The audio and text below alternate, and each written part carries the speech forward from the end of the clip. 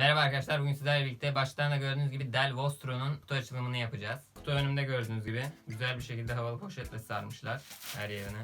Şimdi onu açalım.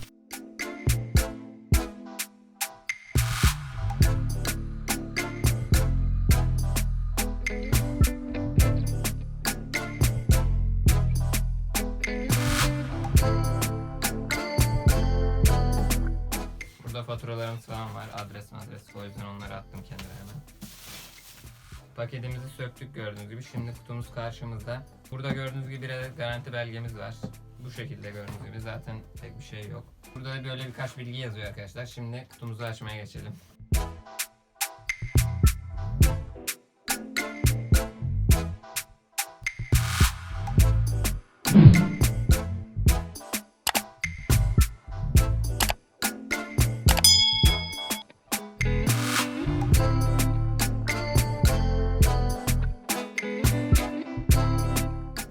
Bilgisayarımız çıktı bu şekilde. Şunları ayırayım önce. Şurada birkaç kağıt kılavuz çıktı. Onları da atalım kenara. Burada bir tane adaptörümüz. Böyle adaptörümüzün boyutu oldukça küçük. Bayağı küçük. Beğendim bu adaptör, küçükmüş. Bir de adaptörün fişi.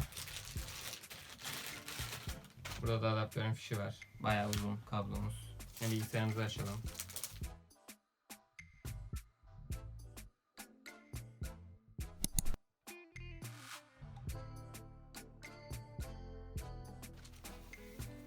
Bilgisayar gördüğünüz gibi şu şekilde üstü. Plastik böyle tırtıklı gibi yapmışlar. Burada da Dell logosu parlatılmış. Güzel. Şurada bir şey yok. Burada bir adet fan çıkışımız var. Fan çıkışının arkada olmasını sevdim. Buralarda falan olduğunda elimize falan üflüyor. Saçma oluyor. Güç şarj bağlantımız HDMI, Ethernet, 2 adet USB 2.0, bir tane kulaklık girişimiz, mikrofonlu kulaklık girişi.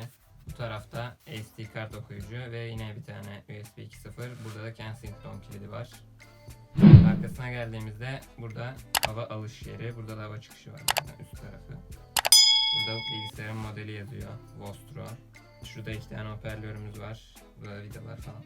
Böyle bir klavye koruması çıktı. Bilgisayar plastik yine. Bayağı plastik.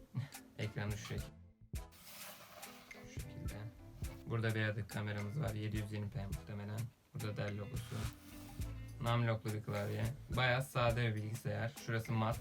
Bilgisayarımız 15.6 inç Full HD. Onun dışında 720p webcam'i var. i3 10. nesil işlemcisi bulunuyor. 8 GB RAM var. 256 GB de SSD'si bulunuyor. Dahili ekran kartını kullanıyor. RGB ekran kartı yok.